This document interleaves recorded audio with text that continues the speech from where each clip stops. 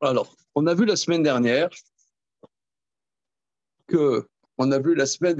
ils sortent d'Égypte et Dieu leur fait faire un détour d'Erer à Midbar Yamsouf, par le chemin du désert de Yamsouf. Et le Maharal, au chapitre 40, rapporte le Midrash qui dit que c'était pour les éprouver, pour les faire souffrir. Pour les faire souffrir, Derer pour les épuiser, le désert pour les faire peur, et Yamsouf pour éprouver le Rémouna. Et on a vu ce commentaire la semaine dernière, très très impressionnant, du Maharal, qui dit qu'il y a 3 dimensions dans la personne. Il y a le gouf, le nefesh et le sechel, et que à la sortie d'Égypte, il fallait pour qu'ils soient aptes à arriver à la dimension supérieure, il fallait casser, épuiser ces dimensions du corps. Il fallait impressionner ces dimensions du nefesh, c'est-à-dire émotionnelles, par la terreur du désert Gadol Venora, grand et terrible. Et il fallait aussi éprouver l'intellect, parce que le Maharal dit, on a développé presque toute la séance là-dessus la dernière fois, que la Emouna est une dimension de l'intellect et pas une dimension de l'émotion. Ça, c'est bon, je ne vais pas refaire, hein, c'était ça toute la séance la semaine dernière, enfin presque. Ok. Alors, la question a été posée, le Maharal ne pose pas cette question, mais nous, on l'a posée entre nous. Mais on a vu justement au fil des chapitres qu'ils étaient, c'est toi David qui a posé la question, ils étaient 210 ans en Égypte pour expier, pour les passer au rouleau compresseur, là, pour expier les imperfections qui étaient chez Abraham. Parce que il y avait il y avait quelques imperfections qui ont été définies dans le traité Nedarim chez Abraham, et il y avait plusieurs dimensions en Égypte. Il y a l'asservissement, le fait d'être émigré et de souffrir. Il y a l'immigration, il y a les souffrances et l'asservissement. 3 dimensions. Alors pourquoi fallait-il autre chose? Alors là, ça m'est venu, comme ça, qu'il y a des souffrances pour expier les fautes, et il y a des souffrances pour faire atteindre un niveau supérieur. On appelle, il y a des yisurim relatifs à des fautes, et il y a des souffrances pour faire accéder à un autre niveau.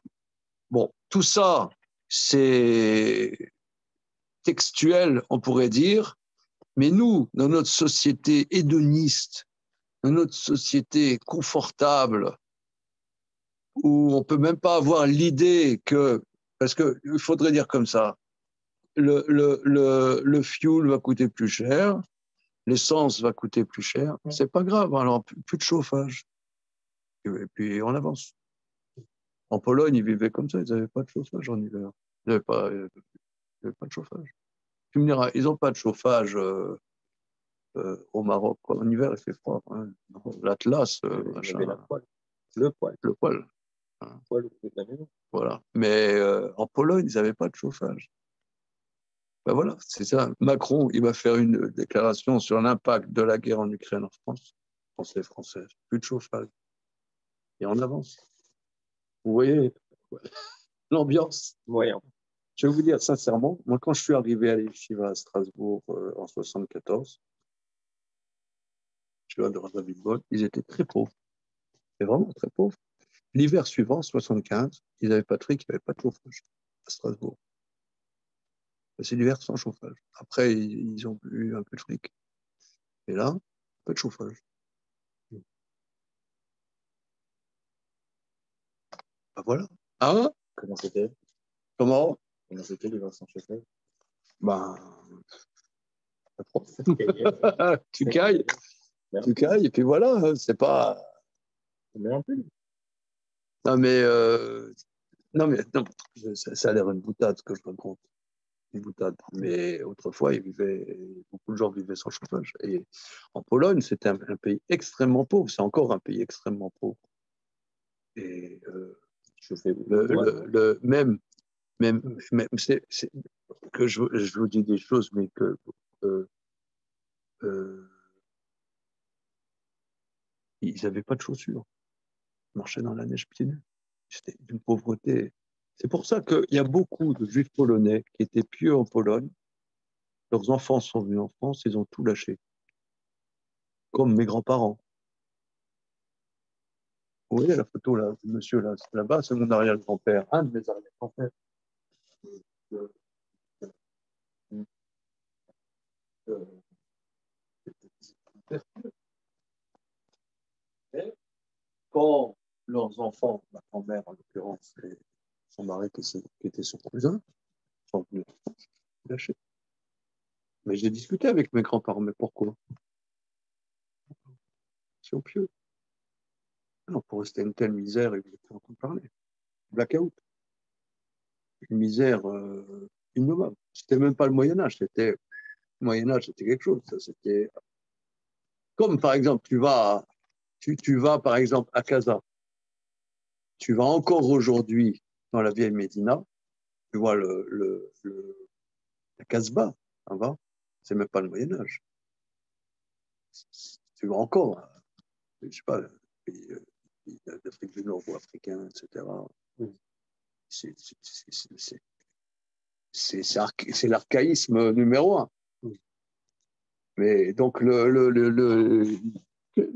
on est une société de confort. Donc, tout ça pour dire, on est dans un confort incroyable. Tu enlèves un micro-confort, ouais, ça pète.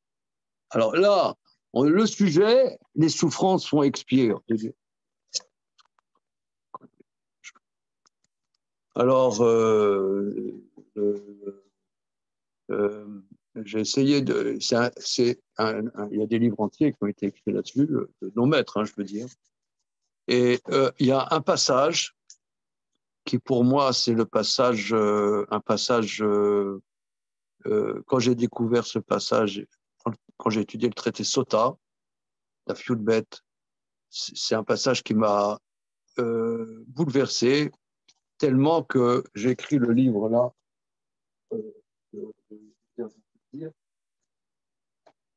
C'est le passage clé, c'est sur ce qu'on va voir. On a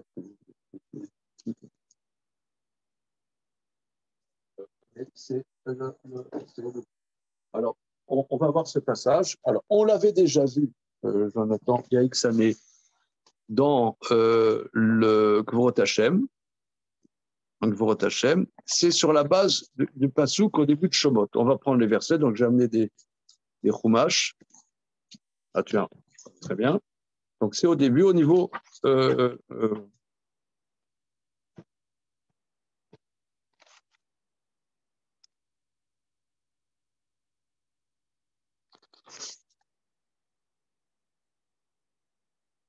Voilà. Chapitre Bet, Passouk Aleph.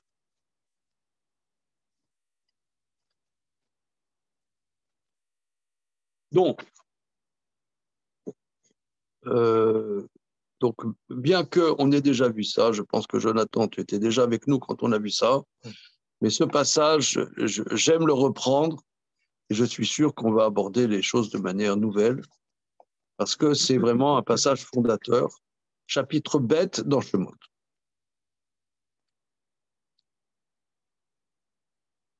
C'est bon? Voilà. Vayeler, alors, les versets d'avant, regardez, les versets d'avant, c'est que Pharaon a dit tout garçon juif, tout garçon hébreu doit être tué à la naissance. Et après, il a dit tous les garçons doivent être jetés dans le Nil, voilà, pour les noyer. Verset Aleph. Vayeler ish mi bet Lévi, vaikar et bat Lévi. Il alla un homme de la maison de Lévi, et il a pris la fille de Lévi. Alors, je vous synthétise un peu, qu'est-ce que c'est? C'est en plein milieu du décret de noyer les garçons hébreux, en plein milieu du décret, il y a un homme de la maison de Lévi, on sait, plus loin, on va dire que c'est Amram,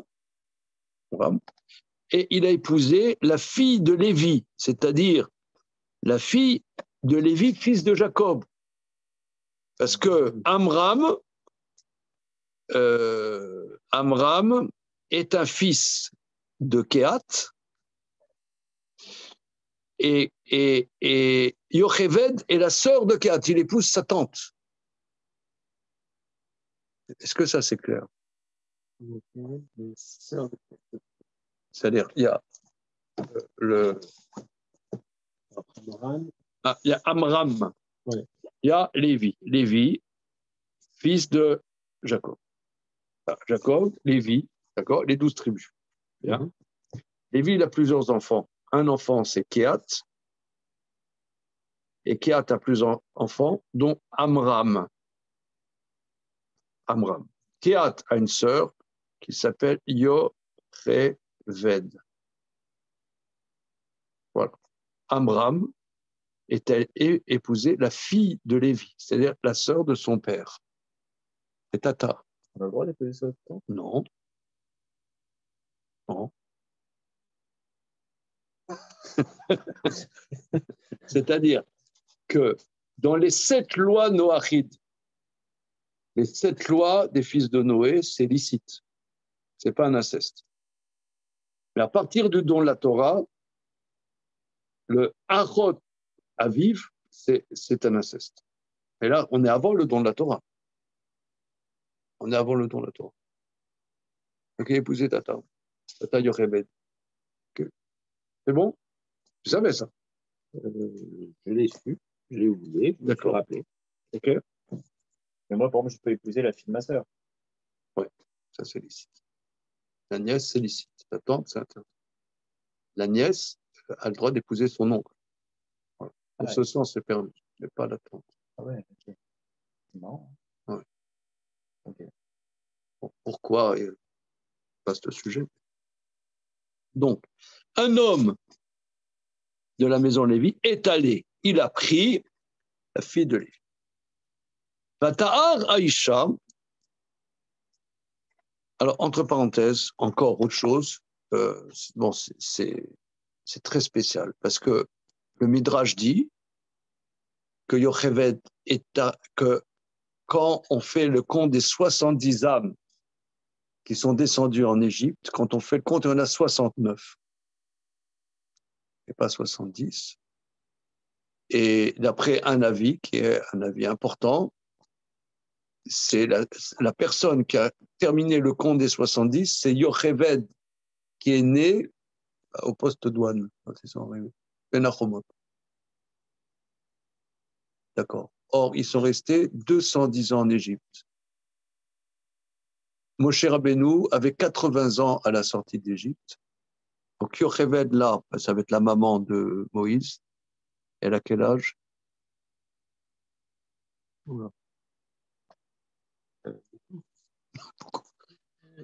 Environ, hein. 210 moins 80 à la naissance de Moshe. 30 ans. Ça fait 130. 130. Oui. Oui. C'est la porte. Alors, c'est pas l'heure.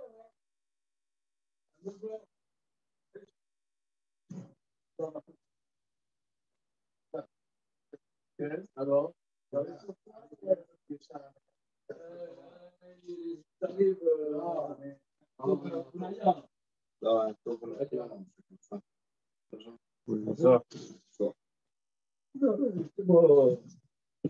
אני בתיירות כזאת.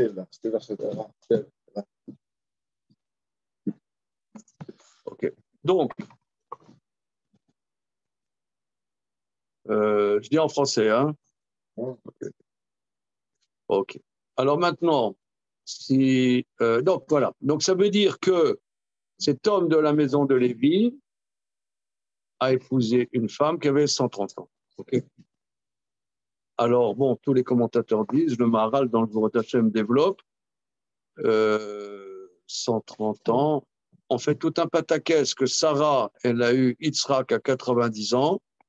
Et là, personne ne sait qu'elle a 130 ans. C'est quand même bizarre, non? Hein? Bon, c'est une énigme. On ne va pas aborder toutes les questions. OK, verset d'après.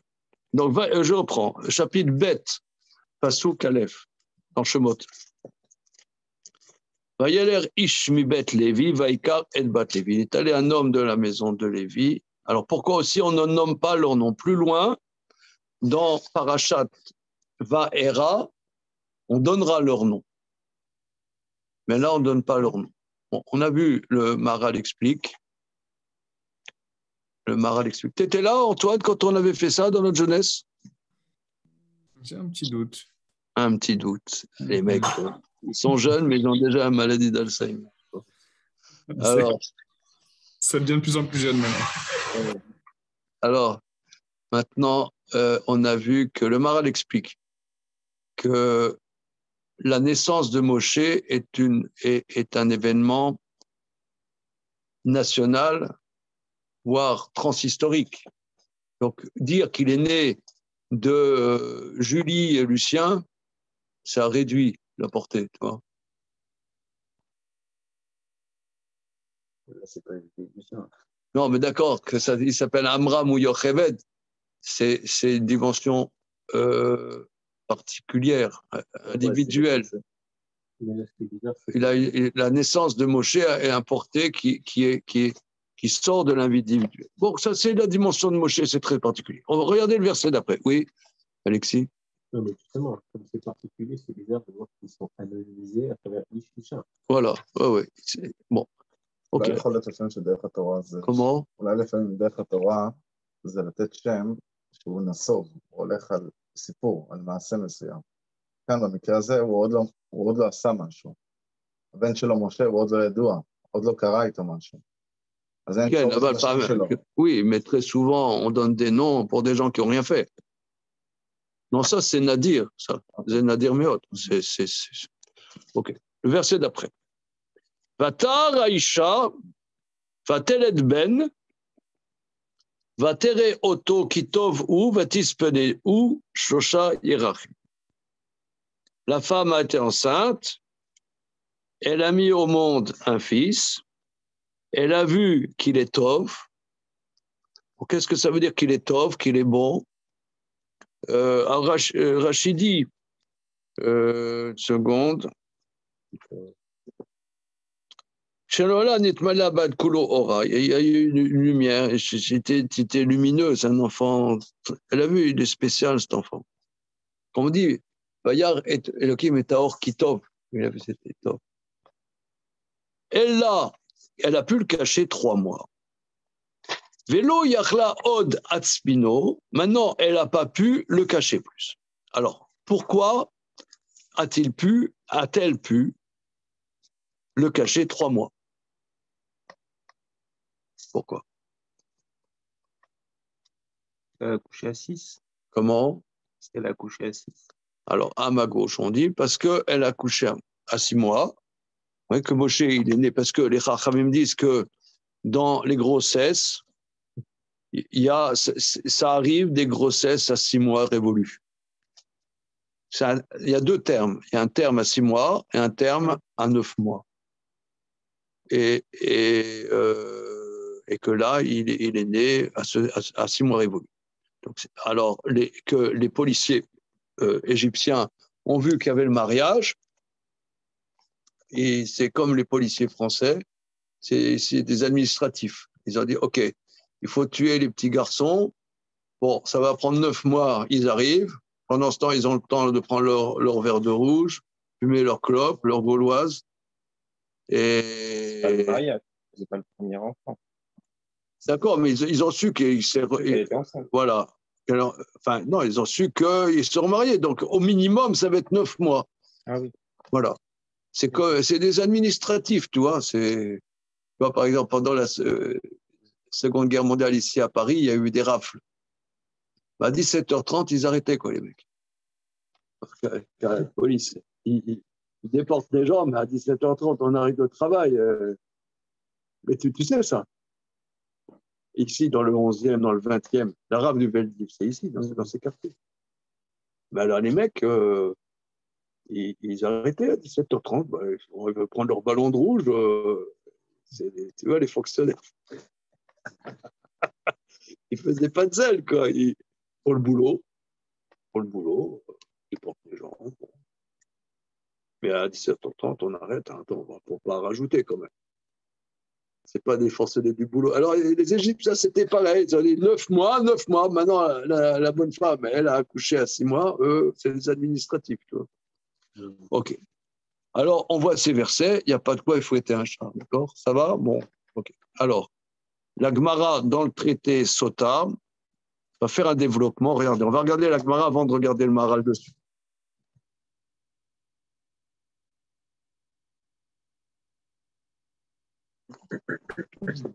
Un, deux. J'ai du matos. On suivi ensemble. Hop.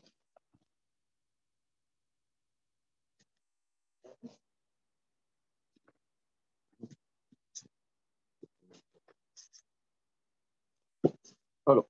Oui, il y a Nedarim. Ensuite, il y a Dazir. À la fin, il y a Sota, d'Afrique bête, si je ne m'abuse.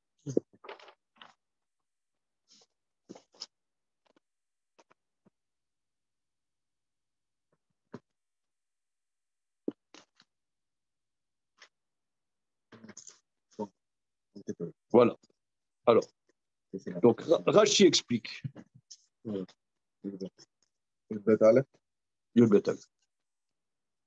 Rashi explique.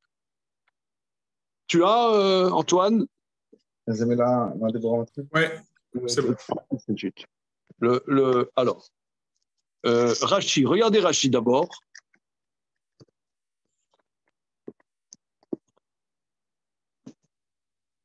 Vélo Yachla Odatspino, et n'a pas pu le cacher plus. Rashi d'abord. Rashi, parce que la Gemara va dire autrement que Rashi.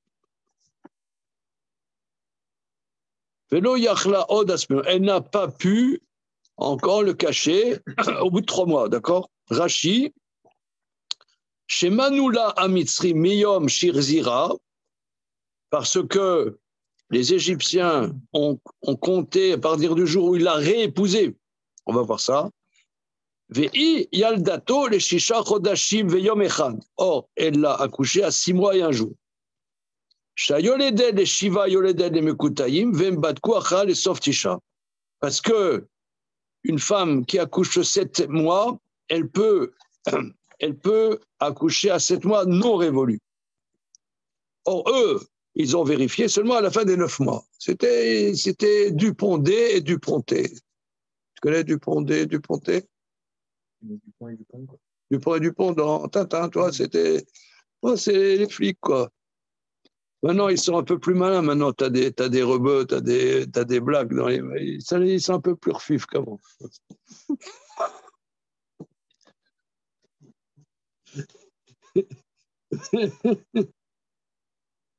אוקיי. יכול להיות שיש קשר למדרש שהחרטומים צפו את הלידה של משה רבנו? כן. ואולי לכן ההיריון פה היה קצת שונה מהרגיל? יכול להיות שיש קשר? זה מעניין. קשר על מה? שפרעה והחרטומים ראו בהצטגנינות שנולד המושיע של ישראל. כן. אז יכול להיות שהם חשבנו את הזמן הרגיל של 9 חודש, והנה פתאום פה, בעצם הוא נולד אחרי 6 חודש, אולי יש קשר כלשהו, זה אומר משהו? לא יודע. אוקיי, alors, qu'est-ce que ça veut dire? Vayeler ish mi bet Lévi. Il est allé, évidemment, il est allé pour épouser. C'est la salle de mariage, c'est quelque part, il faut bien y aller. Il est allé, c'est-à-dire que Amram avait déjà épousé Yocheved, et ils avaient déjà 2 enfants, Myriam et Aaron. Myriam et Aaron, et Sholem.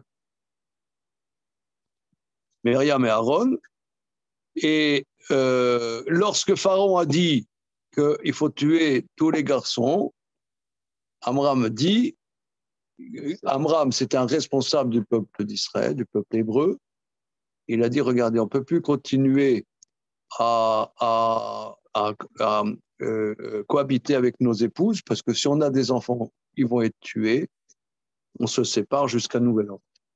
On se sépare jusqu'à nouvel ordre. Et Myriam, qui était petite fille, il a dit, mais papa, tu es pire que Pharaon, parce que avec ton décret, même les petites filles, elles ne pourront pas naître. Alors, il a t'as raison, ma fille, il a réépousé, c'est ça. Il est allé veiller l'air, il est allé sous le conseil de sa fille.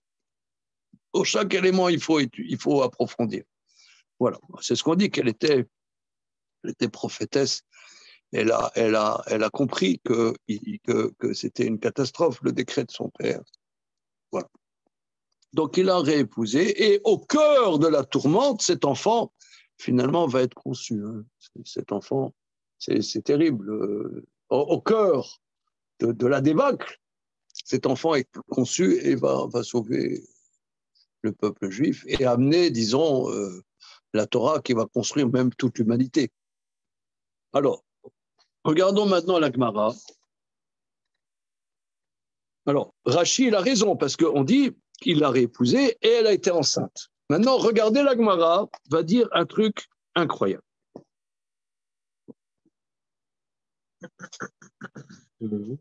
Vatar Isha. Vatar Isha Vatelet Ben.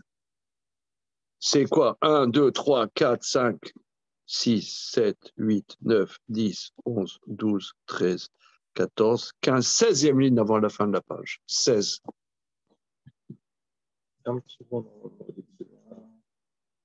Vatar Aisha Vatelet Ben. 16. 16, c'est 10 plus 6. Ouais.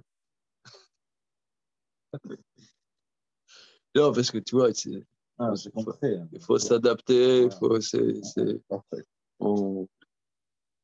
Moi, j'accepte les élèves de tout niveau, toi, même.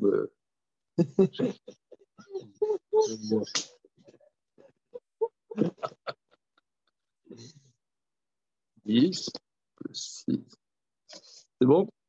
Alors, la Gemara va dire Vatar Aisha Vatelet Ben. Elle a été enceinte, la femme, elle a mis au monde un fils. Vea miabrabe tlata yechem ekara. Mais elle était enceinte de lui 3 mois avant. 3 mois avant quoi?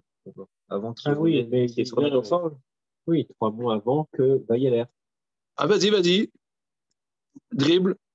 Mais la Gemara dit qu'elle était enceinte 3 mois avant les événements. Avant le divorce. Avant le divorce. Voilà. Donc la Gemara explique pas comme Rashi. La Gemara explique que pourquoi elle a pu le garder. Elle a accouché à 9 mois. Normal, une femme, c'est 9 mois. D'ailleurs, c'est quelque chose de très important. Une grossesse, c'est 9 mois. Une grossesse, c'est 9 mois. Et quoi? Qu'elle est enceinte. Amram a décidé qu'ils se séparent. Ils se sont séparés.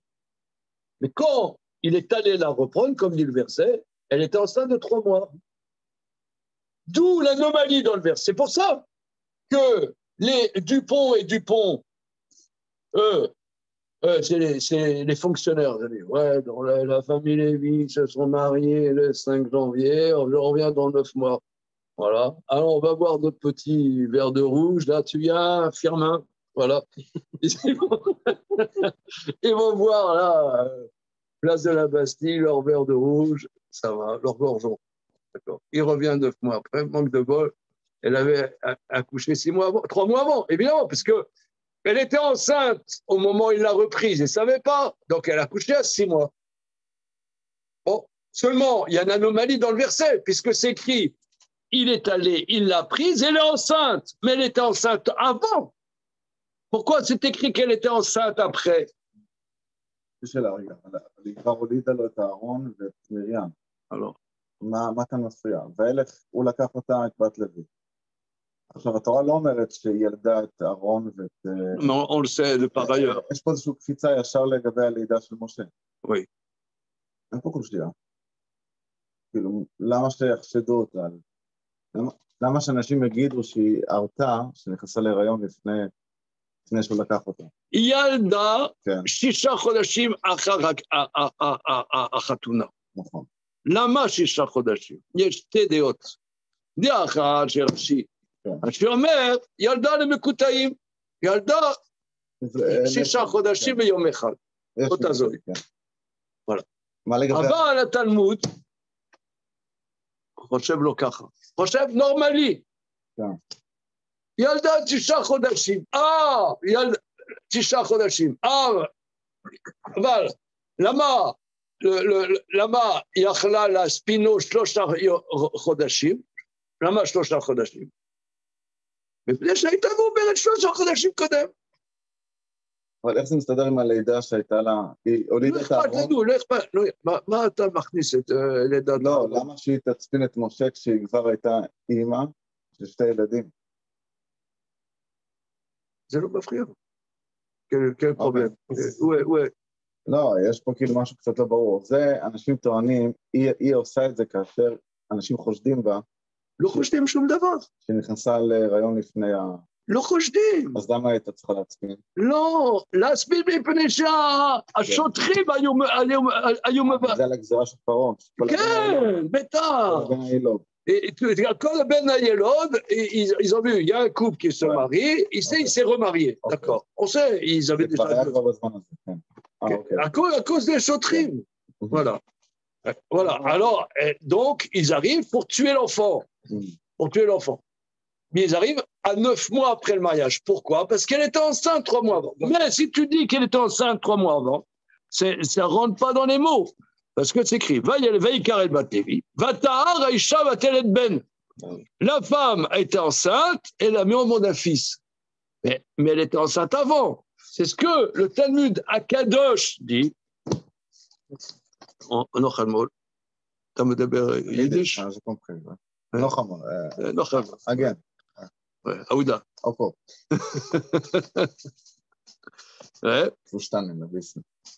Voilà. Alors, je reprends la phrase. Vatara Isha vetel ben.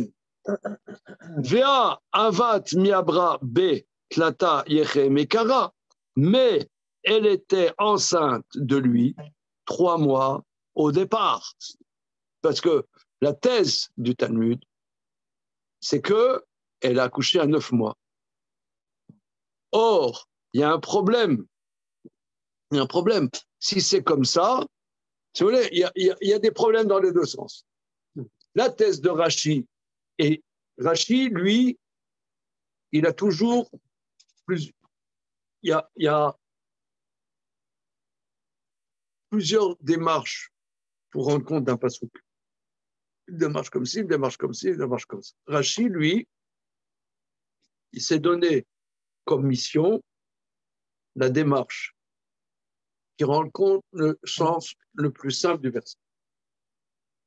Le sens simple du verset, il l'a réépousée, elle est enceinte, elle peut le cacher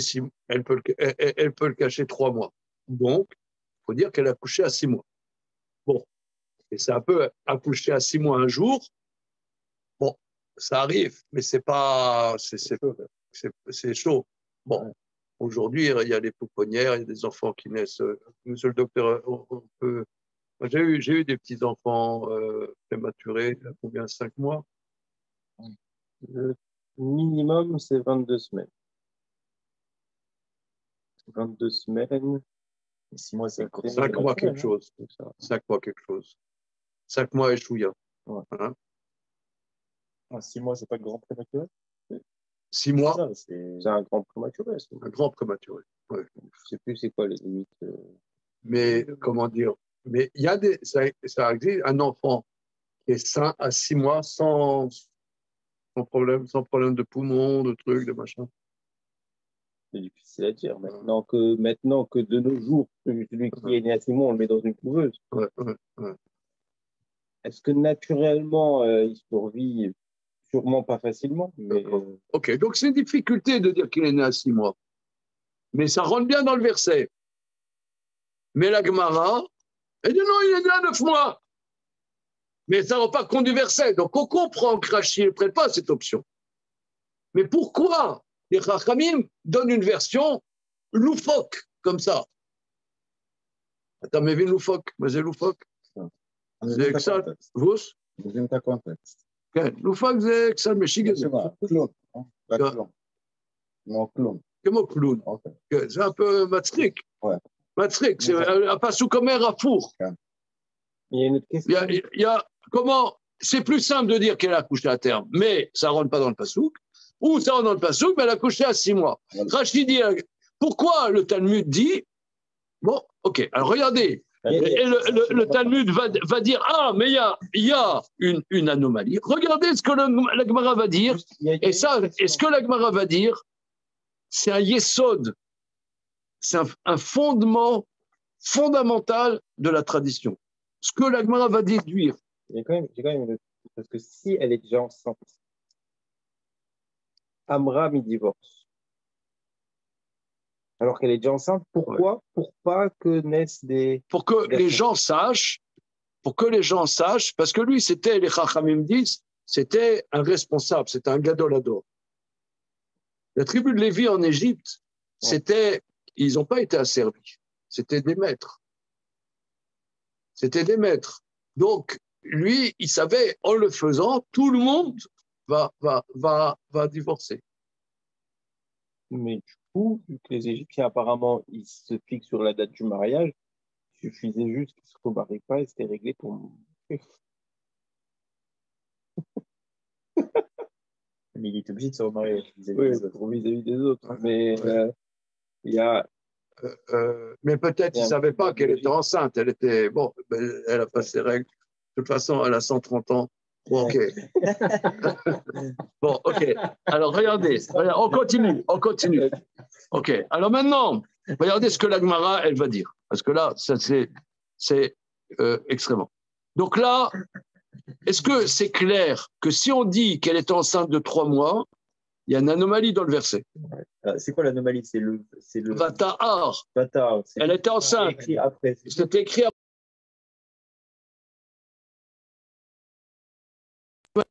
Ok? Bien. Réponse de la Gemara. רש"י לא בדרך כלל לוקח את המסקנה של הגמרא. כמו? רש"י בדרך כלל לא מביא את המסקנה של הגמרא. זה לא הדרך.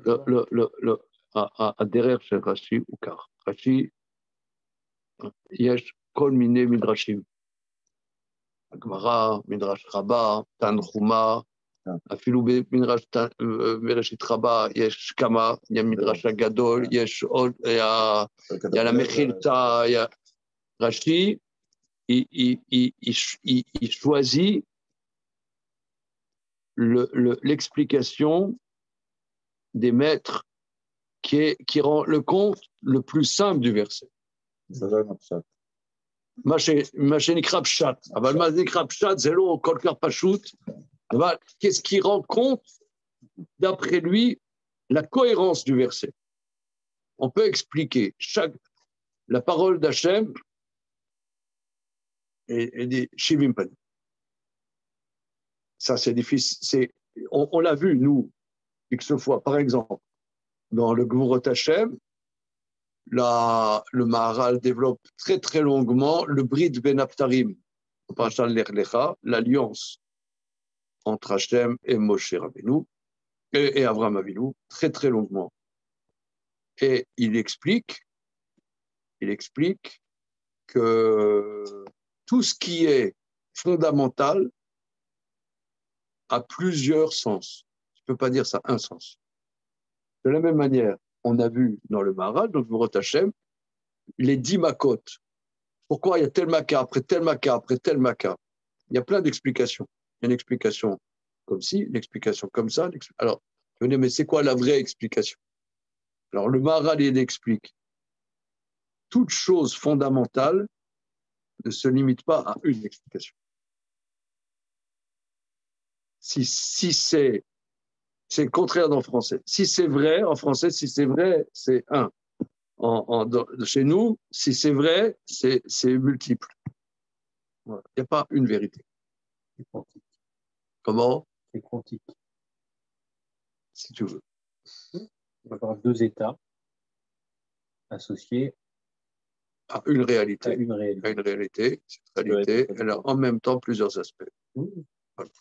Voilà. Alors reprenons la Gemara. Vea miabra betlata yechem ekara, mais elle était enceinte 3 mois au départ. Amar Rav Yehuda bar Zvina. Rav Yehuda bar Zvina déduit d'ici un principe fondamental. Makish les data les orata.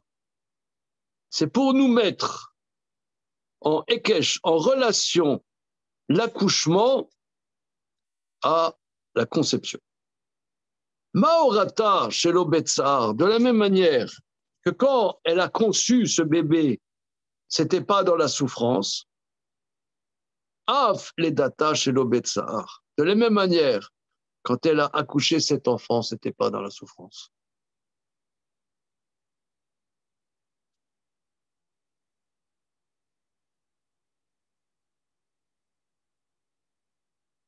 C'est-à-dire que il a épousé la petite fille, d'accord, ok. Bata'a, bateled. Elle a accouché comme on conçoit. Le mari, il est avec sa femme. Ils sont contents de s'unir.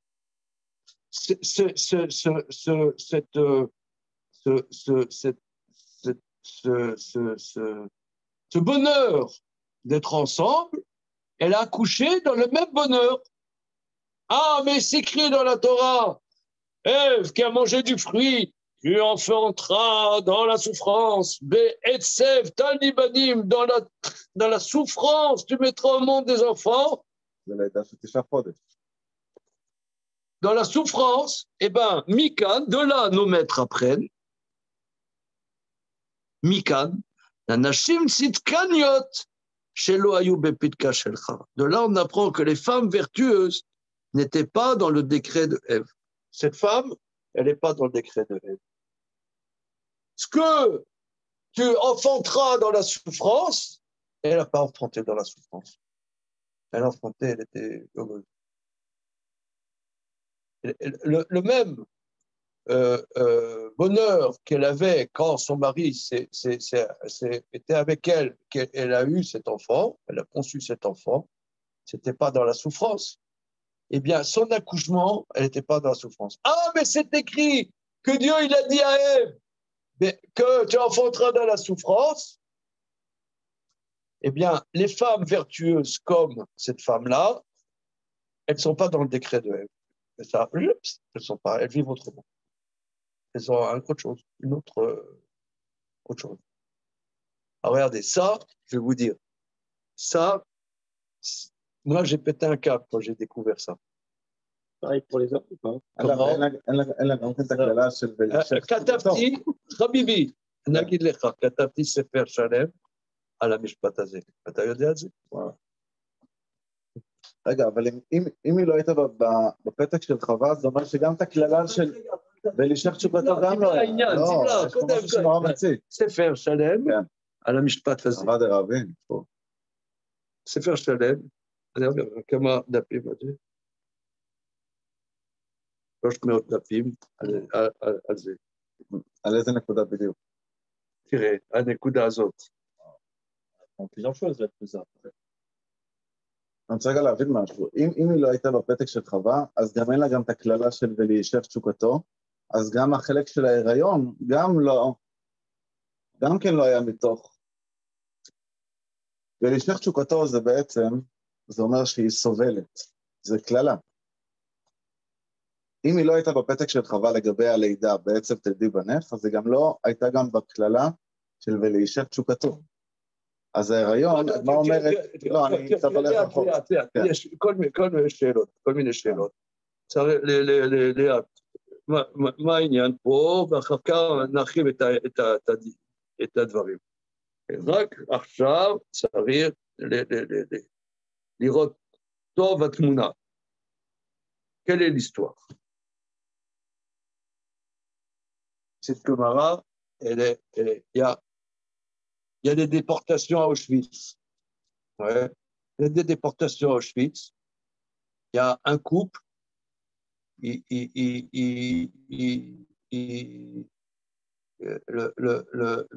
la femme, elle est heureuse de mettre au monde un enfant. Elle n'a pas de souffrance. Le bonheur qu'elle a eu quand elle était avec son mari, elle a le même bonheur. Ils sont dingues, de quoi on parle? Dès qu'on parle, il y a les policiers qui attendent dehors pour tuer les gosses. Elle ne sait même pas où le gosse elle va le mettre. Ouais. Est-ce que ce gosse il va vivre, il ne va pas vivre? Elle le cache, c'est un enfant caché. Ouais, un enfant caché, machin, les pauvres enfants cachés, c'est le traumatisme. Les mecs, ils vont faire du fric pour Boris Cyrulnik, là, machin. Ouais. Ouais, la résilience de Sarah, c'est tout. Là, on apprend, oui, le bonheur qu'elle a eu quand elle était avec son mari, eh bien, les Akish, les Data, les Rayon. Ma et Rayon, de la même manière que Orata, chez le médecin, quand elle a conçu cet enfant, ce n'était pas dans la souffrance. De la même manière, quand elle a mis au monde cet enfant, elle était dans un bon. Elle n'a pas souffert, cette femme. Elle n'a pas souffert.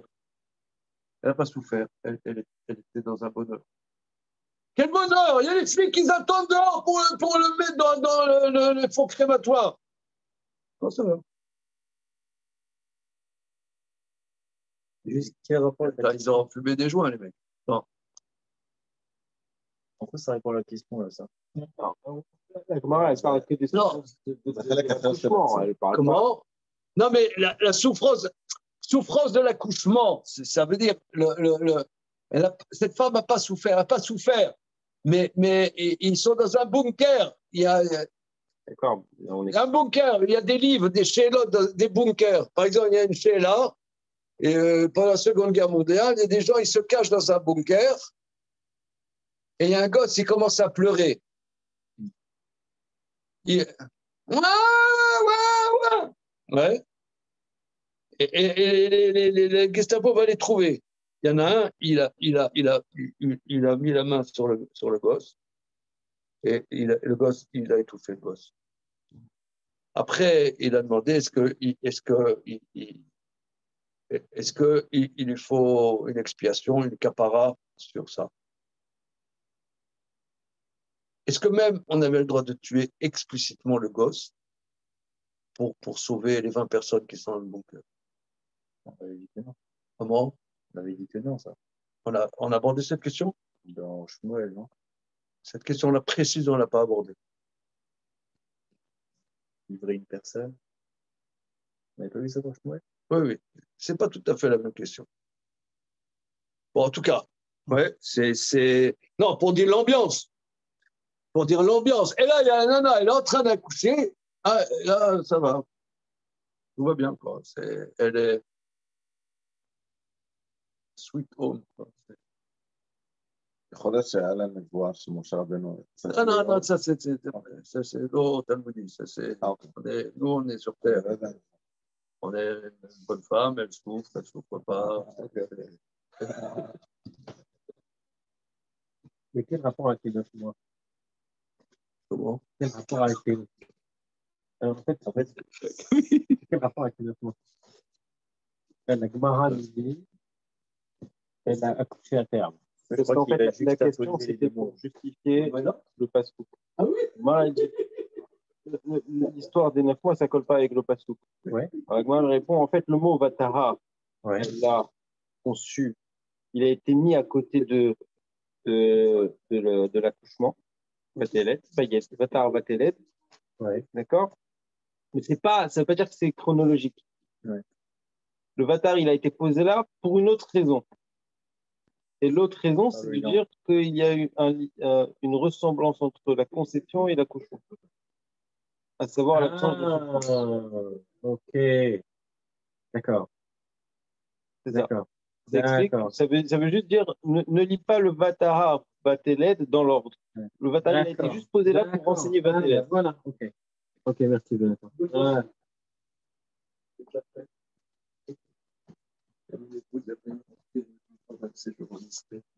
Juste. Parce qu'il y avait une petite fille qui est née là-bas la semaine dernière. Je lui ai fait une leçon.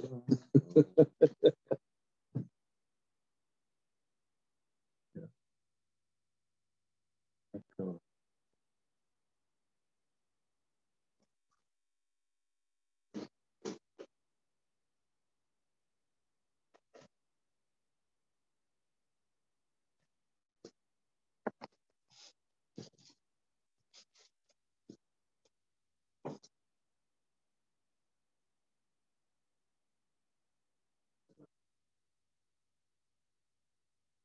Il faut bien comprendre la question.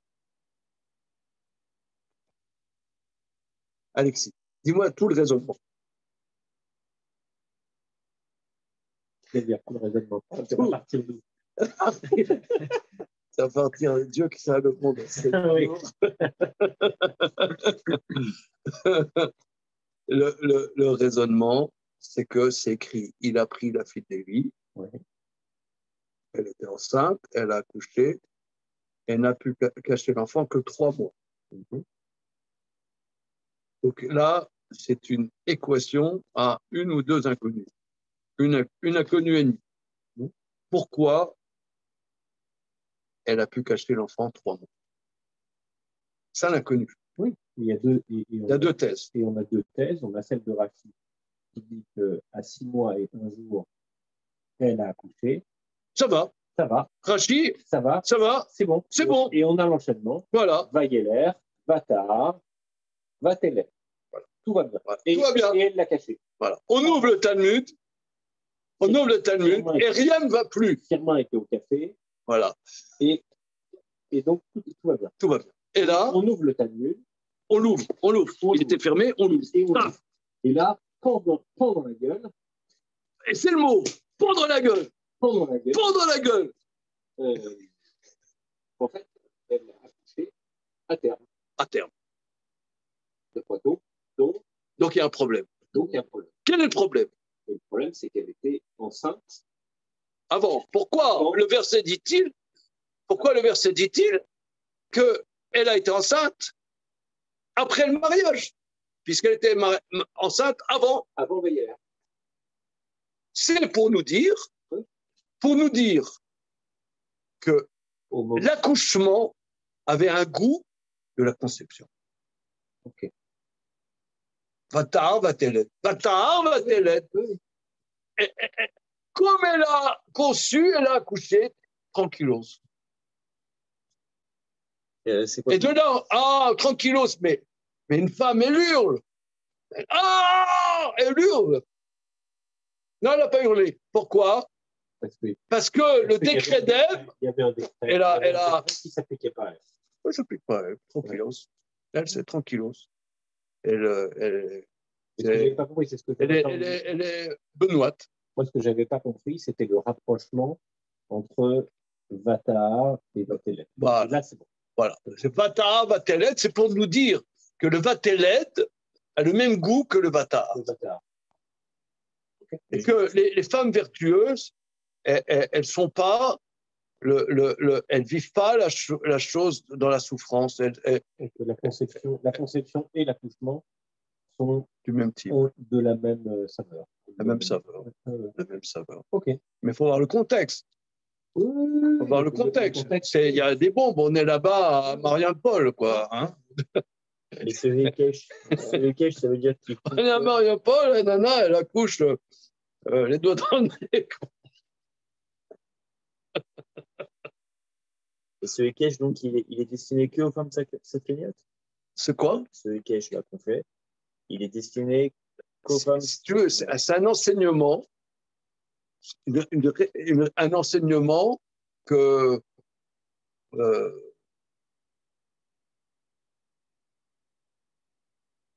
il y a eu des choses, il y a au fil des siècles, il y a eu des chachamim qui ont su toute la Torah de manière phénoménale, de manière invraisemblable.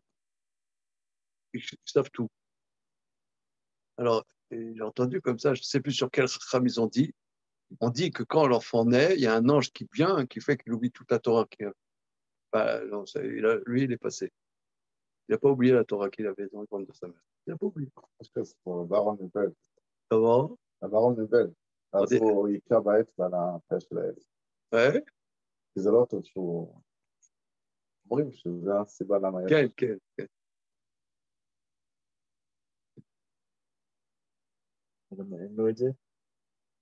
זה סתם, סליחה. אני לא יודע.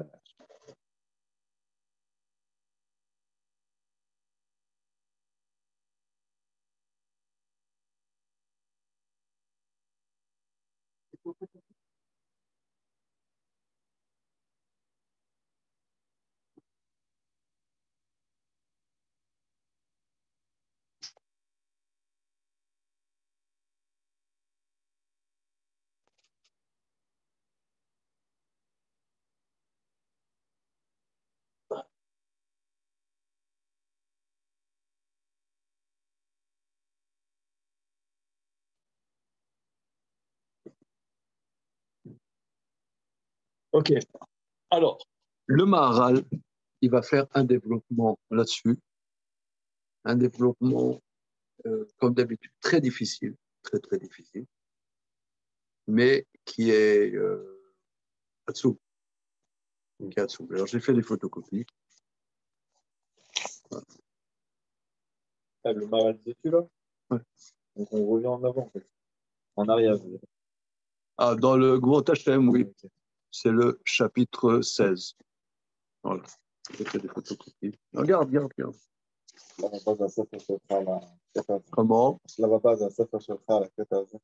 כתבתי את זה. אני צוחק, אני אומר, השלב הבא זה ללמוד את הספר שלך. טוב, אנשים...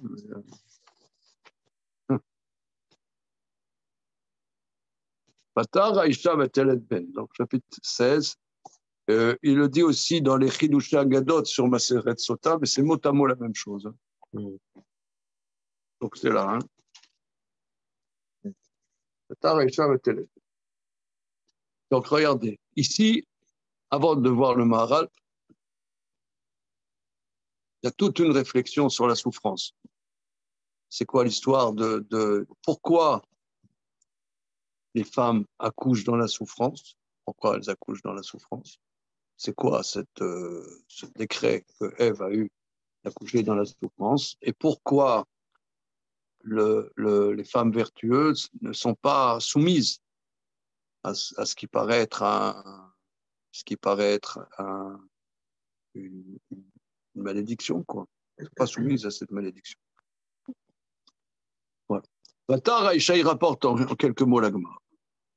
Vatar Aïcha vetel ben. Ve'avad mi'abra b'mikara, mais elle était enceinte au départ. Amar Rav Yehuda bar Bizna, makish ledata l'orata. C'est pour mettre en relation l'accouchement à la grossesse. Ma orata chez l'obetsa'a, de la même manière que la conception, c'était sans souffrance.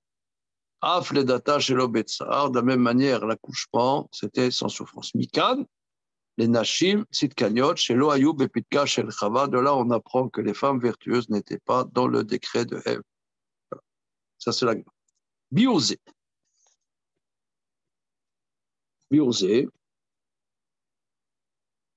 De Yalfinan Bessambour, de Haïta Mouberet Kodem Shirzira, Kedel Kaman. De là on apprend qu'elle était enceinte avant qu'il la réépouse.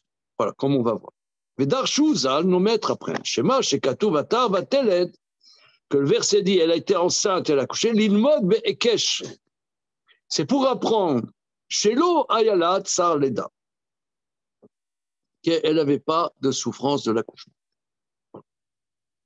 C'est un Vatar Vateled, il faut comprendre que c'est pas, si vous voulez, ici, les Agadot, c'est difficile. Le Maharal, donc, tu as déjà étudié du Maharal? Oui. לא מסודר. אנחנו לומדים כסדר. כמה קבוצות. ויום שני בערב גבורות השם, יום ראשון בבוקר תפארת ישראל. בסדר. גבורות השם זה חיבור על מה? על יציאת מצרים. פסח. טוב. Le Maharal, il a beaucoup travaillé sur les Agadotes. Parce que nous, ce qu'on a l'impression qu'on a, c'est que les versets, c'est un récit. Un récit, on raconte une histoire. Bon. C'est sûr qu'il y a une base historique. Mais comment c'est rédigé? C'est la prophétie, c'est des enseignements. C'est pas, le Maharal dit, c'est pas de l'anecdote. C'est un enseignement qui nous fait apprendre quelque chose. C'est pour nous enseigner que la Leda est comme le Hirayon. Ce n'est pas une anecdote, puisqu'elle a été enceinte avant. Qu'est-ce que c'est cet enseignement? Alors, il va expliquer. Il faut que tu saches. Qu'Adam, Asher bara Hashem idbarar, ou Meshlemut Atsura, chez Benimsaot Atartonot. Il faut que tu saches que l'homme que Dieu a créé sont de la perfection de la structure dans les êtres existants d'en bas, des mondes inférieurs. Uma sheu meshlemut atzura lo imshor acharav chisaron velo pritot. Ce qui est de la perfection de la tsura, de la structure, c'est-à-dire de la forme. On a déjà vu ça, hein, parce que c'est le terme tsura vechomer, on le voit tout le temps dans le Maharal. Hein. David, c'était un peu familiarisé à ça? Non, je n'ai pas vu ça. Tsura vechomer? Ouais. Oh, Tsura, c'est la structure. Voilà, on va expliquer. Je suis désolé, on a déjà vu ça X fois, Jonathan, mais je le reprends. J'ai eu le temps d'oublier.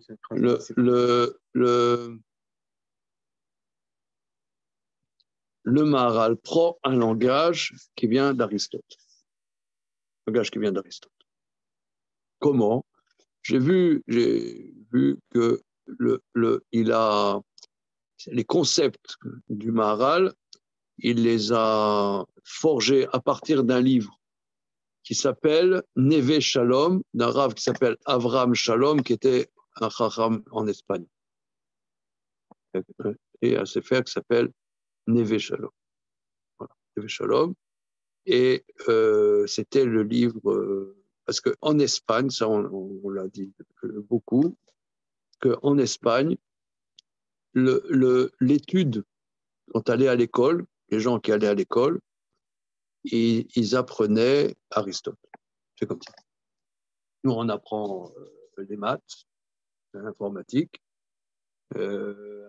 En Espagne, à partir de 1200, 1250, jusqu'à l'expulsion d'Espagne, c'était le cursus, ça venait par Avicenne, etc., Averroès, etc., et Alpha-Rabi, tout ça, et même dans l'Espagne chrétienne, tout le monde savait, c'était cursus. Et le Maharal, qui était à Prague, quelques dizaines d'années après l'expulsion d'Espagne, il a appris avec des gens qui venaient d'Espagne. Comment?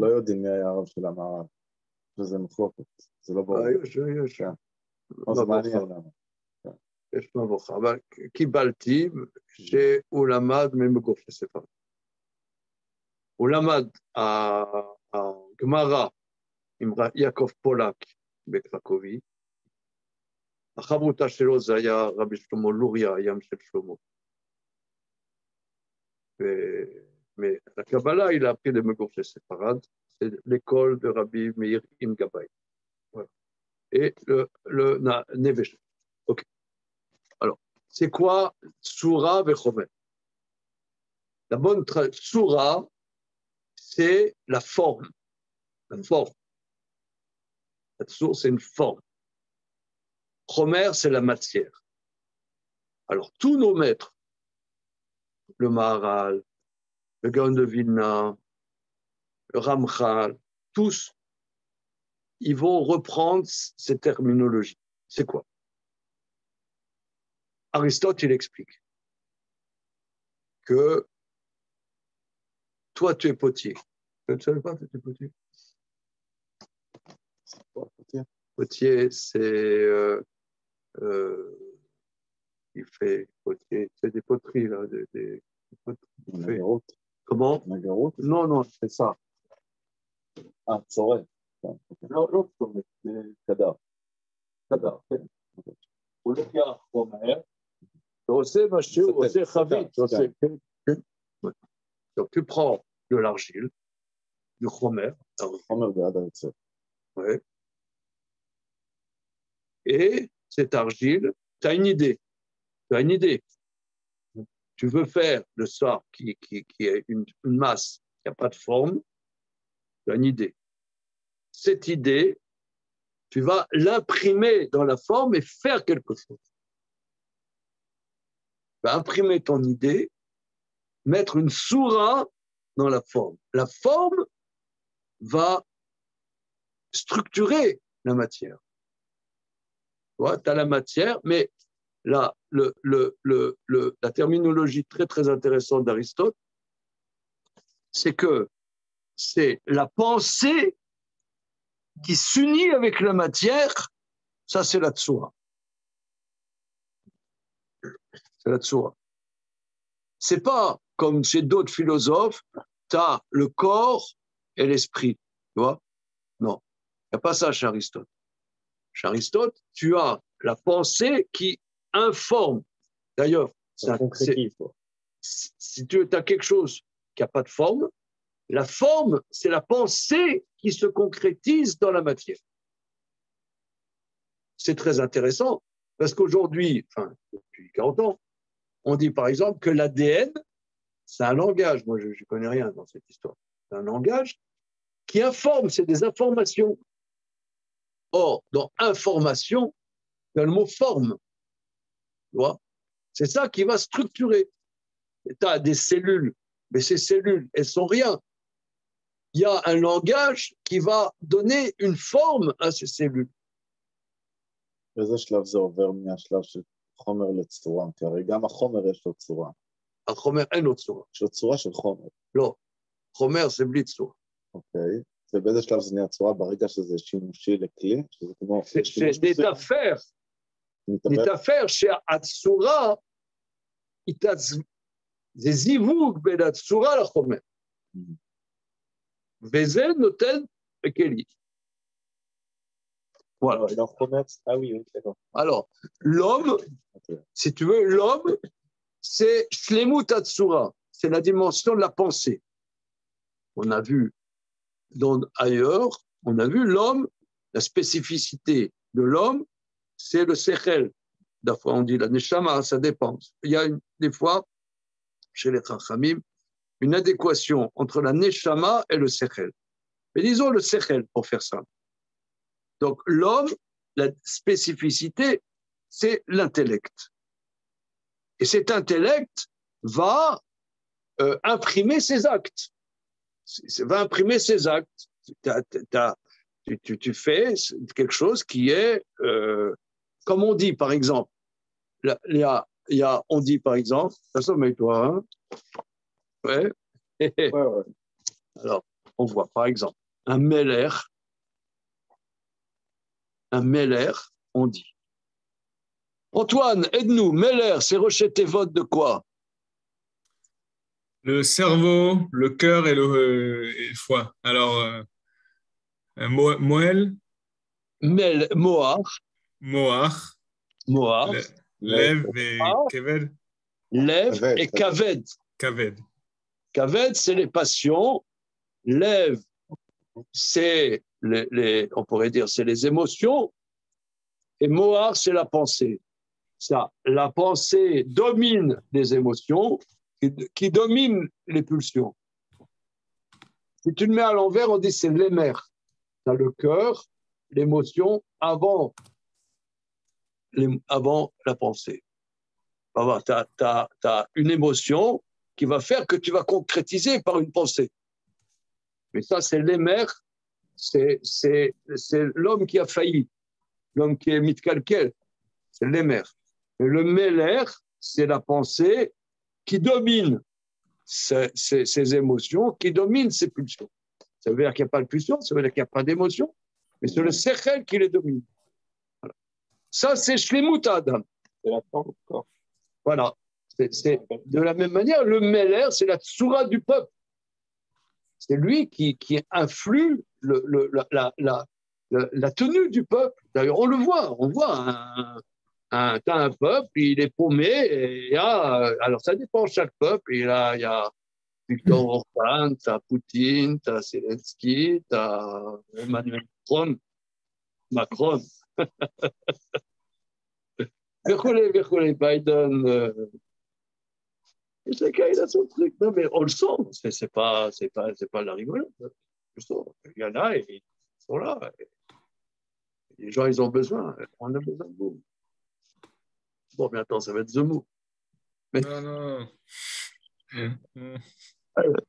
Comment c'est l'ambiance? Parce que là, il y a un copain, il est à Nice. C'est quoi? Attends, ici, il y en a plein dans la communauté qui votent Zemmour, hein, les mecs. Ouais, plein aussi. Ils sont hyper militants, mais les mecs. Mais j'arrive même pas à cerner. Enfin, chez les religieux, j'ai plus de mal à comprendre. Chez les non-religieux, je sais le discours, mais finalement, c'est le même, peut-être tout simplement. Mais même des avrechim qui disent qu'il faut voter Zemmour, même des avrechim. Pourtant, ils prônent l'assimilation totale, non? Je comprends pas. Lui, il ferme les écoles. Lui. Bah, limite, hein. On met un grand Z dessus. Alors, ok. Mais c'est pas grave. L'essentiel, c'est qu'ils mettent des mezuzot à les lycées. Alors, tu connais Zemmour, perso? Zemmour, tu n'as jamais rencontré? Certains de mes conseillers, oui, mais pas lui. Les conseillers, il a des conseillers. Ça, l'info. Comment? L'info. Ouais. Elle, oui, je connais. D'accord. C'est sa principale conseillère. Comment? C'est la principale conseillère. Ah, d'accord. Ok. On continue. Donc, tout ça pour dire que l'homme est shlemut atsura. Donc, c'est. On peut avoir une perception de ça. Hein? Dans le Meller, c'est lui qui influe, qui informe, qui donne une tenue. Parce que on voit, et le Maharal va dire un peu plus loin, les chapitres un peu plus loin, Moshe, il a été retiré de l'eau. L'eau est l'exemple même de la matière, qui n'a pas de forme. Parce que l'eau, regarde, là, je verse de l'eau. Elle va épouser toutes les formes qu'on lui donne. Parce qu'elle n'a pas de structure, elle n'a pas de tsura. Je verse l'eau, elle n'a pas de forme. Quand on dit que Moshe était retiré de l'eau, parce que Moshe, c'est la dimension même de la tsura. Moshe, c'est la dimension de la tsura qui est retirée de toute cette matérialité. Voilà. Alors, ce temps, on va continuer. Ça va? Are you ready? C'est bon? Yesh lecha ledat, donc il dit. כי האדם אשר ברא השם יתברך הוא משלמות הצורה שבה נמצאות התרבות. Il faut que tu saches que l'homme que Dieu a créé est de la perfection de la forme dans les êtres existants du monde d'en bas. ומה שמשלמות הצורה לא ימשוך אחריו חיסרון ולא פחיתות. Et ce qui est de ces dimensions de la perfection de la tsura n'entraîne ni manque ni bassesse. Mais לא היה תחילת בריאת האדם להיות לו שום צער בעולם. Ce n'était pas dans la définition première de la création de l'homme qu'il n'ait aucune souffrance. Velo beparnasa shelo, ni dans sa subsistance, ni dans sa parnassa. C'est ça ce qu'on dit jardin d'Éden, jardin de délices. C'est la dimension que l'homme, il n'est pas là pour souffrir. C'est pas l'homme, regardez, c'est fondamental. C'est fondamental parce que c'est un thème très, très, très, très, très, très, très important parce que il y en a qui pensent que la réalité du monde dans lequel nous sommes est une réalité fondée sur la souffrance. La semaine dernière, c'est un peu ce qu'on a dit. Oui, donc c'est pour ça que j'amène ça pour construire. C'est extrêmement important. C'est fondamental. Par exemple, dans beaucoup de cultures, on n'est que dans un monde de souffrance ici sur Terre. Par exemple, dans le christianisme, ce monde est une vallée de larmes. Une vallée de larmes. D'ailleurs, il y a des chansons de blues, Valley of Tears. Je ne connais pas des blues. Valley of Tears. J'aime bien un bluesman américain, Solomon Burke. Tu connais Solomon Burke? Très belle chanson. Valley of Tears. Vallée de larmes. Même, me semble-t-il, que dans l'hindouisme, ici, on est dans un monde de souffrance. On est dans un monde qui est que d'illusion de la matérialité, que dans un monde de souffrance. Or, ici, le Maharal commence en nous disant que la réalité première de l'humain n'est pas d'être dans la souffrance. Et ça, je vais vous dire, moi, pourquoi le Shamata Mazéaya Lifne 55 שנה, זה היה פה בצרפת, מ-68 שמעת על זה? מהפכה של הסטודנטים. סטודנטים, כן. בני לוי, כל זה. כן. כן. ראיתי אותו. סרטר וכל התקופה הזאת, כן. כן. ולא רק בצרפת, היה בארצות הברית. חלילה היה אווירה של מרד. כן. לא רק מרד. יש איזה מרד, אבל היה בארצות הברית, היו וודסטוק. אחר כך וודסטוק, וודסטוק זה אחר כך. העולם. לא, היה בארצות הברית מה שקוראים קונטרקולטור. איך אומרים באנגלית? קונטרקולטור? Counterculture, oui. Oui, contre-culture. La contre-culture. Il y avait... comment? אווירת נגד. לא, אבל יש עומק בזה. יש עומק. זה עומק בדבר שמעניין אותי. הרבה. היהודים חילונים היו הראשים של העניינים האלו. Et en particulier aux États-Unis, il y avait plusieurs penseurs qui étaient juifs, mais pas religieux, évidemment. Il y avait un qui s'appelle Wilhelm Reich. Tu connais Wilhelm Reich? Wilhelm Reich, Herbert Marcuse. Mais et eux, ils ont, surtout Wilhelm Reich, il a... c'est l'origine de tous ces mouvements-là qu'il a développé la dimension fondatrice du plaisir. Que le plaisir est l'existence humaine. Et ça, c'est de la Torah. C'est ce que dit le Maharal. On va voir. Le Maharal, tu peux reprendre, parce que je suis pas sûr d'avoir bien compris la manière dont le Maharal exprime ça. Ouais.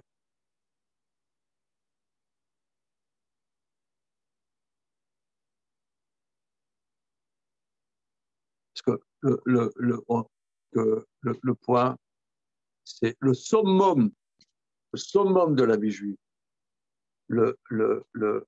Assis chez la Yadout Mazé. C'est Aseudot Shel Shabbat. Et qu'est-ce que ça veut dire? Shabbat, Mazé Shabbat. Shabbat, c'est Onek Shabbat. le service de Dieu supérieur, c'est le plaisir du Shabbat. Oneg Shabbat. Et ça, c'est un élément. Et là, il dit que l'homme, l'humain, la création de l'homme n'est pas, il est dans la dimension de la Tsura, et la Tsura, c'est-à-dire la pensée, qui s'inscrit dans le corps, dans l'acte, n'est pas dans la souffrance. C'est pas la souffrance. La création de l'homme. Alors, il va continuer. לא היה חיסרון פחיתות, ולא היה תחילת בריאת האדם להיות לו שום צער בעולם, ולא כי אם אחר החטא, c'est seulement après la faute, כדכתיב בפירוש בקרא, ארור האדמה בעבורך, בעצבון תאכלנה, maudit est la terre à cause de toi, dans la tristesse tu manges. כי אם היה לפי סדר המציאות שיהיה לאדם רע, car si c'eût été selon la structure de l'existence humaine qui est le mal, il n'y aurait pas d'existence humaine. כי המציאות אשר היה לאדם וכל הנמצאים בוודאי ומפני שכן ראוי שיהיה נמצא. Car l'existence qui correspond à l'homme et à tous les êtres existants indubitablement, c'est parce que ça s'impose que ça existe. Alors, une des pensées fondamentales dans le Maharal, c'est la dimension de l'existence. Moi, si j'écrivais un livre sur le Maharal, mais je n'écrirais pas un livre universitaire, c'est le Maharal, penseur de l'existence. Je n'écrirais pas. Le Maharal, 2 points, penseur de l'existence. Voilà. L'homme existe. S'il existe, c'est que dans sa dimension, il y a la dimension de la pensée. Et si la dimension de la pensée, il n'y a pas la dimension de la souffrance. On va expliquer. Le Ra, en Raou Metsiout Klal. Le Ra, c'est-à-dire c'est la souffrance, c'est la souffrance, c'est la souffrance, c'est la frustration, c'est le manque. La souffrance, c'est le manque. Quand je souffre, je suis en manque. Quand quelqu'un il est en deuil, le deuil est l'expérience même du manque, de la souffrance. Ou les rats en raoui metsoukla. L'écart bechol animsei keti veyar kitov. Il a vu kitov. Donc on voit Moshe, il naît, tov. Il existe, c'est pas la souffrance. Et là, Shara ou Minadam Osera. Le mal vient de l'homme qui fait le mal. C'est-à-dire l'homme dénaturé, on pourrait dire. L'homme qui est attiré par le laisser-aller, on pourrait dire. Alors lui, il rentre dans un engrenage de frustration. Comme on voit, il y a Ésaü, il arrive, il voit Yankele, il dit, viens mon frère, Yeshli Rav, j'ai beaucoup. Yaakov, il dit, Yeshli Kol, j'ai tout. Yaakov n'est pas dans la frustration. L'autre, il dit, j'ai beaucoup, ça veut dire, je peux avoir plus encore. J'ai beaucoup. Et ça, il est dans la faute. Il a beaucoup. Il pourrait avoir plus. Il en a un qui a plus que lui. Ah. Yaakov, c'est tout. Ça existe, t'as tout. J'aimerais ça, j'aimerais ci, j'aimerais ça. Comme il a. J'aimerais plein de choses. J'ai tout. C'est bizarre de dire j'ai tout. Alors, le fikar, anashim tsitkaniot lo ayu bepitka shelcha. C'est pourquoi les femmes vertueuses n'étaient pas dans le décret d'Ève. Mipnei shem tachat seder hametziut asher en sham ra. Car elles sont, on pourrait dire, comme Dieu les a créées, dans l'existence où il n'y a pas ce manque. C'est pour ça elles n'enfantent pas dans la souffrance. Parce que si vous voulez,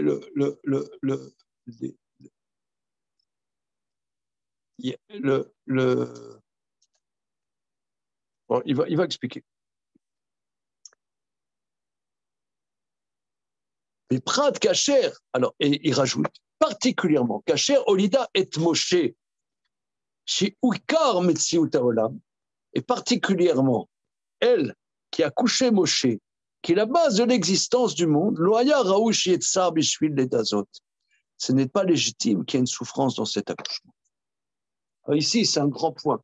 Que Moshe, qui va recevoir la Torah, c'est l'existence. Alors, ça, c'est un point. Prenons par exemple Rambam. Il faut décrypter toujours le Maharal, il faut décrypter. Tu lis ça, tu ne comprends rien. Il faut essayer de dire n'importe quoi. Il faut essayer de voir qu'est-ce qu'il veut dire. On prend un exemple. Par exemple, Rambam, à la faute Shabbat.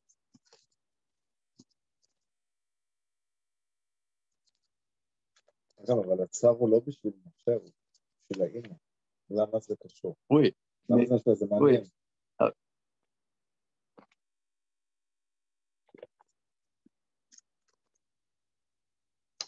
רק רגע.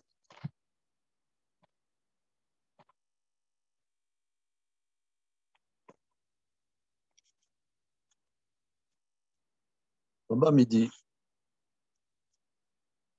dans le deuxième chapitre des lois de Shabbat, il dit que si la vie est en danger, Shabbat, si la vie est en danger, sakana. Mais sakana, imachaim sakana, dochim Shabbat. Il faut repousser Shabbat. Rambam, il dit, que chez Osim Dvarim Elou, quand il faut, par exemple, prendre la voiture pour amener quelqu'un qui est en danger, un enfant qui a 42 fièvres, je ne sais pas quoi, à l'hôpital, en aussi motam lo aliede nochim, velo aliede ktanim, velo aliede avadim, velo aliede nashim, kede shelote Shabbat kala benem. Et là, aliede gdolé Israël bechokmem. Quand il faut amener quelqu'un Shabbat à l'hôpital, c'est le Rav qui prend la voiture. Pas la femme, pas la femme et pas le serviteur, pas l'esclave. C'est le Rav qui prend la voiture pour montrer qu'il faut le faire. Pas qu'on le fait comme ça. Non, il faut le faire. Une fois, j'ai pris un taxi pour aller amener ma femme à la clinique. J'ai mis mon talit dans le taxi. Pour montrer que c'est Shabbat, on prend le taxi.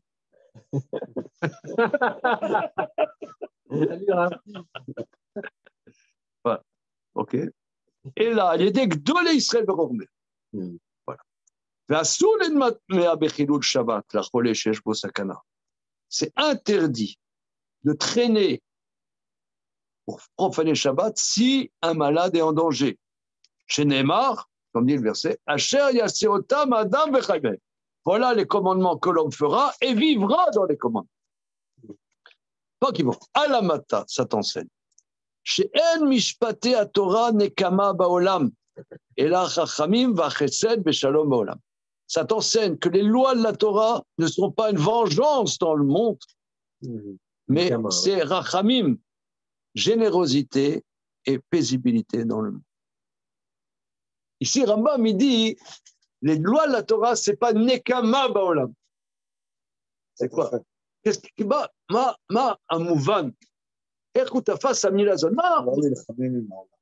אין מלחמה עם העולם. לא נלחמים. אנחנו אוהבים את המציאות. חיים במציאות. המציאות זה טוב. אבל צריך להסתכל בצורה נכונה. אם אתה לא מסתכל בצורה נכונה, זה לא טוב. זה בלבול. אבל אם אתה מסתכל בצורה נכונה, אנחנו אוהבים את המציאות. לא נלחמים. Atsoub. Moshe Rabbeinu, c'est lui. C'est Atsoub. Ça, c'est la Torah. Or, celui qui va nous enseigner ça, il n'est pas venu dans la frustration. Il est venu dans la douceur, dans le bonheur. Parce que la Torah, elle amène Parce que amener un enfant au monde, bon, Hachem, il a des enfants. Monsieur a des enfants. Monsieur a des enfants. Il y a des gens, par exemple, les gens modernes ne veulent pas d'enfants. Tu ne peux pas aller au resto.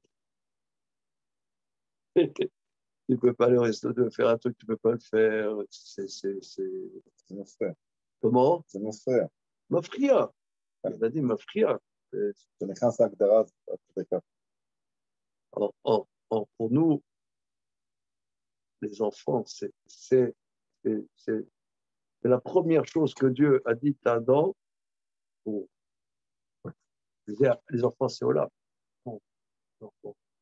Mais tu ne comprends pas un enfant. Je sais pas. Là, j'ai discuté avec un des fils aujourd'hui. J'étais tellement surpris de la manière bizarre qu'il aborde les choses. Complètement différente de moi. Abordé. Ah, c'est top. C'est top. Je ne sais pas qu'est-ce que ça va donner. C'est top. Top. C'est surprenant. Bon, c'est surprenant. Je ne sais pas ce que ça va donner. C'est la vie. La vie, c'est top. Le Maharal, il dit tout le temps, pourquoi sauver la vie repousse Shabbat? Parce que la vie, c'est au-dessus de la réalité de ce monde. Nous, on croit que la vie, c'est dans ce monde. Mais la vie, c'est au-dessus de la réalité. Parce que ce monde, il est limité. La vie a du mal à rentrer dans la limite du monde. Un gosse, il a du mal, il casse tout. Un gosse, il casse tout. Il te fout tout par tête, met la sauce tomate partout. Parce que la vie est au-dessus de la réalité du monde. C'est supérieur. Il dit même, le Maharal, que la parnassa, c'est la vie. C'est au-dessus de la réalité du monde. Nous, on croit que la parnassa, ouais, il faut gagner ça. Non, la parnassa, c'est au sens existence. La parnassa au sens de ce qui maintient la vie. Ce qui maintient la vie. Ce qui maintient la vie, c'est pas au sens voyage. Enfin, pas la tirade de la parnassa. Ouais. C'est pas la fatigue de la parnassa, mais la notion de parnassa, c'est la vie, c'est recevoir la vie. מה שמעניין שגם האדמה התכללה, ארורה האדמה, והחומר התכלל בשביל הצורה של החיים של האדם. זה מעניין. Parce que l'homme, הוא קלקל את הצורה.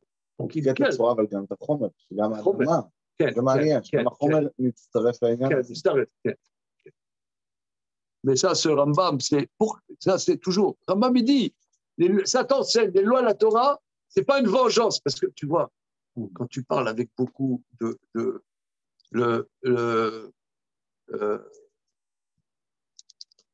il y a eu des religions qui ont voulu copier le judaïsme, le christianisme et l'islam. Ça, ils n'arrivent pas à comprendre. Ils croient qu'il faut lutter. Le djihad, tu vois, il faut lutter contre le monde. Lutter. Nous, il faut découvrir qu'est-ce qu'il y a dans nous. Découvrir la richesse. Moshe Rabbeinu, c'est lui, par la Torah, qui va nous faire découvrir qu'est-ce qui va se révéler d'existence dans le monde. Alors, le Maharal dit, il n'est pas venu dans la frustration. Bien qu'on est dans une période catastrophique. Alors, regardez, c'est d'une richesse. On va faire peut-être là un petit break. On va, Bezrat Hashem, continuer la semaine prochaine. Mais j'aimerais dire un point. C'est la dimension. Parce que ici, ça vient de la femme. La femme vertueuse, elle n'est pas dans l'histoire. L'histoire humaine, vous voyez, là, on est l'histoire humaine. Il y a 2 ans, pile, il y a un corona. Maintenant, c'est fini, toc. Ouais, il y a l'Ukraine. Là, on est en Égypte, Il y a Pharaon, l'histoire. Elle, on dirait qu'elle n'est pas dans l'histoire. Elle est pas, moi je dirais, elle n'est pas dans la politique. Mais elle est pas dans la politique. C'est cette dimension féminine. Et maintenant, tu as des femmes, elles aimeraient être dans la politique. C'est pour ça qu'on ne parle pas de toutes les femmes. On parle des femmes vertueuses. Et les femmes, elles aiment être. Aujourd'hui, c'est à la mode d'être dans la politique pour les femmes. Ah oui, c'est pas maintenant. Tu écoutes la radio, là, c'est comment dire, ou alors, avant, tu avais, je sais pas, tu avais Duhamel, je sais pas, qui interrogeait Mitterrand. Maintenant, il te faut, tu as une femme qui interroge, non, attends, elle va te rentrer dans le chou du mec, elle va elle va te le torturer, ça va. זה רבי שאומר שלמה נשים פטורות מן המצוות, בדיוק מרחיב את הנקודה הזאת. אתם נמצאים ב-level אחר, אתם נמצאים מעל הפרקטיקה, שגם כן עושה הרמב"ם במורה נבוכים, מצוות, אפרופו החיים, מצוות זה טריק, לבן אדם שהוא חייב פרקטיקה בחיים. זה כמו כזה ריטואל שהוא צריך כדי איך להתחבר למציאות. נשים הן לא שייכות לזה. זה מעניין, כי כל מי שמכיר את הדינמיקה עם נשים, רואה שזה מחוץ להיגיון. אי אפשר לעשות גם נגיד משא ומתן עם נשים. כל תחום שהוא מהמישור החיים המוכר, לא עובד עם נשים. כן. לא עובד, זה עובד אחרת. כן, עובד אחרת. זה מעניין, זה בחינה אחרת. זה עמוק. Bezrat Hashem, on va continuer ce passage. Là, ici, je vous donne un exemple. Il y a lié aussi au fait d'amener des enfants. Il y a ma grand-mère maternelle, la mère de ma mère. Quand ils sont venus de Pologne, ils étaient très, très, très pauvres, comme on voit. Sinon, ils ne seraient pas venus ici. Et comme ça, l'histoire familiale raconte que ma grand-mère, quand elle était enceinte, elle avait une pneumonie très forte. Ils étaient dans l'Est de la France. Ils sont venus de Pologne, ils sont venus dans l'Est de la France. Et les médecins, ils ont dit, vous savez, madame, il n'y avait pas les antibiotiques à l'époque. Madame, vous ne pouvez pas garder votre bébé. Il vous met en danger. Il faut que vous ayez toutes vos forces pour sortir de la maladie et il faut avorter. Je dis ça à la petite dame qui vient de Pologne. Mais je suis gueule. Et c'était ma maman. C'est chaud quand même. Ouais. Comment? Il a la fin. C'est pas. C'est chaud. Mais il n'a pas compris. Ça veut dire. Qu'est-ce qu'il me fait? Votre enfant, ça amène un enfant au monde. Non, mais madame, c'est dangereux. C'est un exemple de ce que je veux dire. Moi, j'ai bien connu ma grand-mère. Elle était transhistorique. Elle n'était pas. Elle était pas. Elle était dans. C'est là que les femmes amènent une autre réalité. Voilà, une autre réalité. Rabbi Bilbol, il dit, elle amène le principe de plaisir. L'homme, il est toujours dans le travail, dans le truc. La femme, elle est dans le plaisir. C'est marrant. Qu'est-ce que vous avez raconté vraiment? Toi qui me cite. C'est pas parce que ça. היית שם. כן, כן. לא ראיתי את הבדיחה, מה הבדיחה הייתה? לא, זה משהו פנימי. משהו אחר. זה שמח. Non, mais ça veut dire ça. La femme, c'est le principe de plaisir. C'est bon. Et c'est très, très profond, très, très profond. Et ce principe de plaisir, c'est l'existence même. Mais ça, c'est des thèmes très, très modernes. C'est un terme très, très, très moderne, mais c'est le cœur même de la Torah. C'est ça qui est. Bezrat Hashem, on va continuer. Hein, Bezrat Hashem. C'est un tralaf. Voilà, ça fait. Ok? C'est bon, je suis avec ça. Mais ce sera quand même une parenthèse, ce qu'on a dit la semaine dernière. Parce que là, Oui, mais tu vas voir. Prends le texte. Regarde la fin. Regarde la fin. Tu vas voir. Antoine, on fait un peu Merci, plus court Rav. que d'habitude. Hein? Oui, pas de problème. Allez. Parfait, merci. Merci Alors, beaucoup. tu viens Bonne soirée. Je viens à Purim. Oui. Purim, non, pas. Je serai ici, mais Ah bon. Alors, pour une sa mère. Purim, Salut. sa mère. Salut. Salut, Abraham.